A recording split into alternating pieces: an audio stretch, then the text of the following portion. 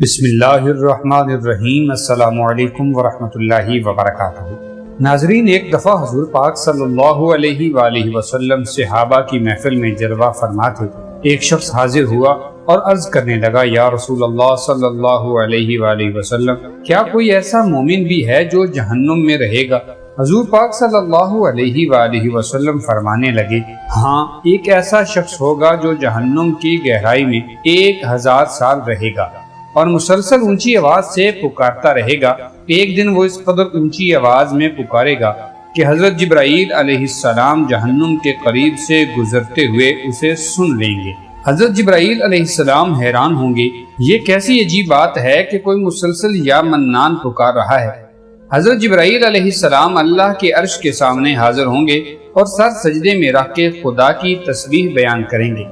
اللہ تعالیٰ فرمائے گا، اے جبرائیل سر اٹھاؤ۔ جیسے ہی حضرت جبرائیل علیہ السلام سر اٹھائیں گے، اللہ فرمائے گا، بتاؤ جبرائیل، آج تم نے کیا عجیب دیکھا؟ حضرت جبرائیل عرض کریں گے، اے ہمارے رب، میں نے جہنم سے آتی ہوئی ایک آواز سنی جو کہ گہرے گڑھے سے لگ رہی تھی۔ کوئی پکار رہا تھا، یا حنان یا منان۔ اللہ فرمائے گا، اے جبرائیل، جہنم کے داروغہ مالک کے پاس جاؤ اور اسے کہو کہ جو بندہ یا حنان یا منان کی صدا لگا رہا ہے اسے جہنم سے نکال کر تمہارے حوالے کر دے اور پھر اسے تم میرے پاس لے آؤ۔ حضرت جبرائیل علیہ السلام جہنم کے دروازے پر تشریف لے گئے۔ حضرت مالک آئے۔ حضرت جبرائیل علیہ السلام نے انہیں اللہ کا پیغام سنایا۔ حکم سن کر حضرت مالک علیہ السلام جہنم کے اندر جائیں گے۔ ہمارے پیارے آقا صلی اللہ علیہ وسلم نے فرمایا، جیسے ماں اپنے بچوں کو پہچانتی ہے، بالکل اسی طرح حضرت مالک ایسے ہی جہنم کو پہچانتے ہیں۔ اس کے باوجود آپ یا حنان یا منان کہنے والے شخص کو تلاش نہیں کر پائیں گے۔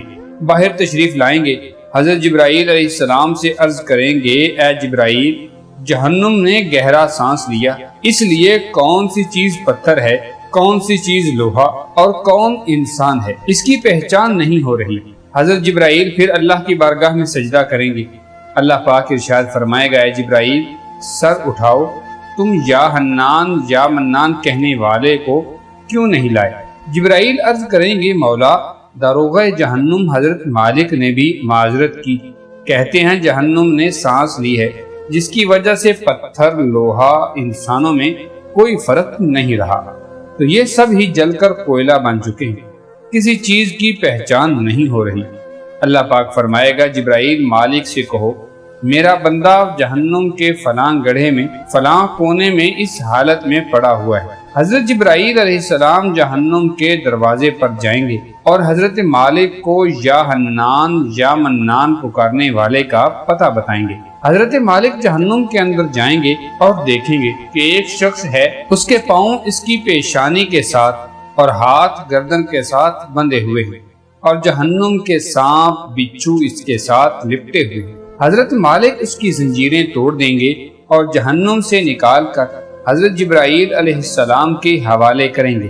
حضرت جبرائیل اسے عرش الہی کے سامنے لے کر حاضر ہوں گے، سر سجدے میں رکھیں گے۔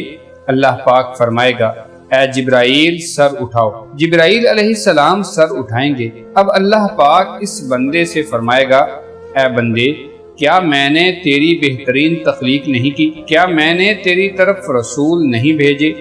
کیا ان رسولوں نے تمہیں میری کتاب نہیں سنائی تھی؟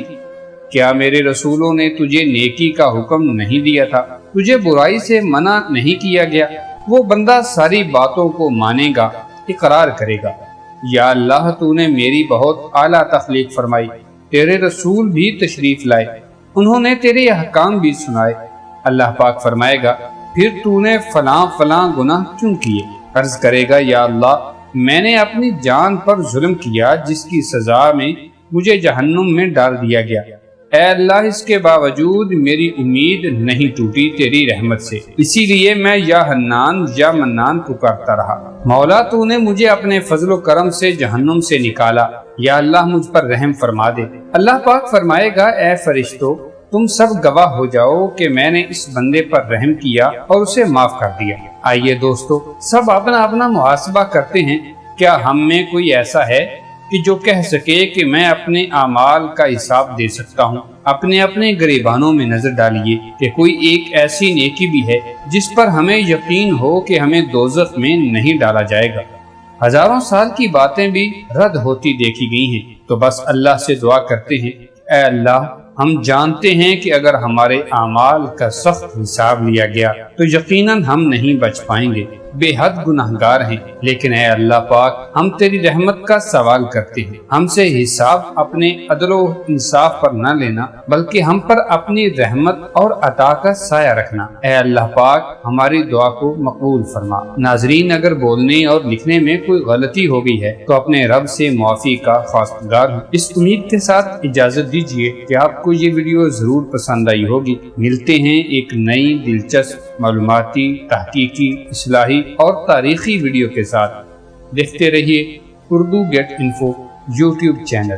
اللہ تعالی ہم سب کا حامی ناصر ہو، آمین ثم آمین۔